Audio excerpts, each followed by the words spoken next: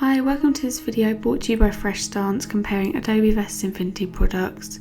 Here I will be comparing a few elements within each service and deciding ultimately which is a better service. The first element here I'll be talking about is price and deciding which is the best value for money. So firstly, as you can see here, you can get all apps £49.94 each month for the Adobe Creative Cloud. However, if you only used a few apps or even just one app throughout the month, then you can get it for a fixed price instead of getting the whole Creative Cloud bundle. As you can see here, they vary from price, which is determined by the popularity of the app and the complexity of it. So here you can see there is better value for businesses who get the Creative Cloud, as you are buying it in bulk, essentially, instead of individually. There are multiple perks of buying it in groups, as shown in the right hand table.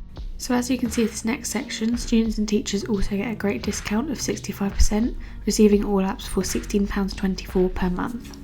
Schools and universities also get a great deal here, being the per shared device deal, with all apps coming to £278.04 per year for classrooms and labs. You also receive a 7-day free trial for the Creative Cloud and then pay a fixed price after that per month. Affinity also offer a trial, however this one lasts 90 days rather than 7 days, and at the end of it you can buy all apps for 50% discount if you have it on a Mac, Windows, PC or an iPad. So as you can see here, you can buy the 3 staple products of Affinity 50% off each time: Designer, Photo and Publisher. You can also buy them 50% off on the Mac, Windows or iPad for $23.99 each and keep them forever, which clearly means the value and price for this round goes to Affinity. So next I'll be talking about the ease of use and how accessible each of these services are to use.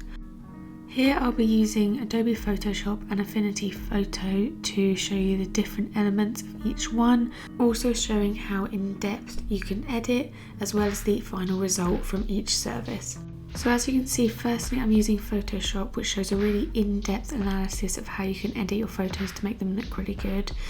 Whereas now, as you can see, I'm using Affinity Photo, and to me it felt like there aren't as many opportunities as Photoshop to alter an image to give it the look that you want. And I think a lot of users who are used to Photoshop would find it hard to switch to Affinity Photo, but ultimately it might be better in the long run, considering the price especially. As this element is so subjective, a point will be given to both products. So next I'll be discussing the plugin capability of each product, and I'll be using Adobe Photoshop as the example for the Adobe Creative Cloud. So if you go into Photoshop, open up the Window tab and click Find Extensions on Exchange. It will take you to the Creative Cloud website, in which you can see the Extensions tab is open and you can see all of the plugins that you can get for Adobe Photoshop. So as you can see here, you can search the marketplace, which is where you find all of the extensions and plugins, as well as clicking on the free button, which allows you to see all of the free options that you can get, with a couple of plugins and extension examples being the use of retouching and pre-made filters. You can get plugins for not only Photoshop though, you can get it for all Creative Cloud products, as seen on the left hand side of the screen, such as Lightroom, InDesign or Premiere Pro. Affinity do also sell plugins and extensions, although as far as I can see there are no free options, so you do have to pay for them all. There are also quite a few, but there is a more limited supply compared to the Creative Cloud extensions and plugins. Therefore Adobe obviously wins this round.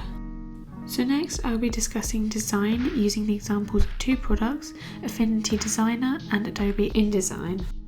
Affinity often describe their work as made by designers for designers.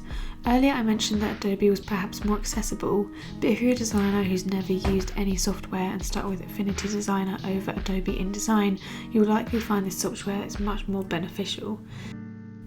Generally, it's also known that Affinity Designer is a better made program, running faster along with all other Affinity products and more effectively, which I've experienced firsthand, therefore giving Affinity the edge to win this round. Next, I'll be talking about tool combination.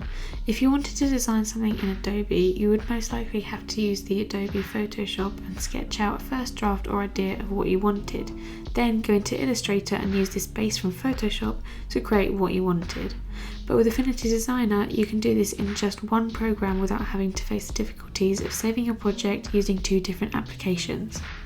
This is demonstrated with the two examples above, with me using Adobe Photoshop and Illustrator and then Affinity Designer. Affinity is clearly the easiest choice here, so it gets a point.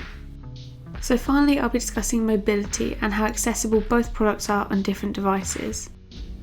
So using Affinity, you can see that the Designer and the Photo products both are available on iPad as well as Mac and Windows. And if you click on more information under the iPad, you can see that it has most, if not all, of the features that it has on the original Windows and Mac product.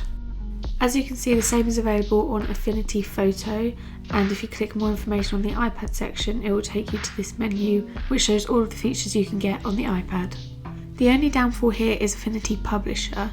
As you can see, if you check out and click the options for what you want it on, you can only click Windows and Mac OS. It doesn't include the iPad. So as shown previously, Affinity Designer and Photo have both been updated so that they can be accessed on the iPad, whereas Adobe products only has limited tools on tablets and mobile devices in comparison to a desktop or laptop. As you can see here, Adobe offer many of their products on mobile devices such as an iPad, but each service is limited in what features they can offer. Therefore, the final point goes to Affinity. Thanks for watching this video. As you can see, Affinity wins over Adobe with 5 points to 2 points, but ultimately it's your choice to make which product suits you more.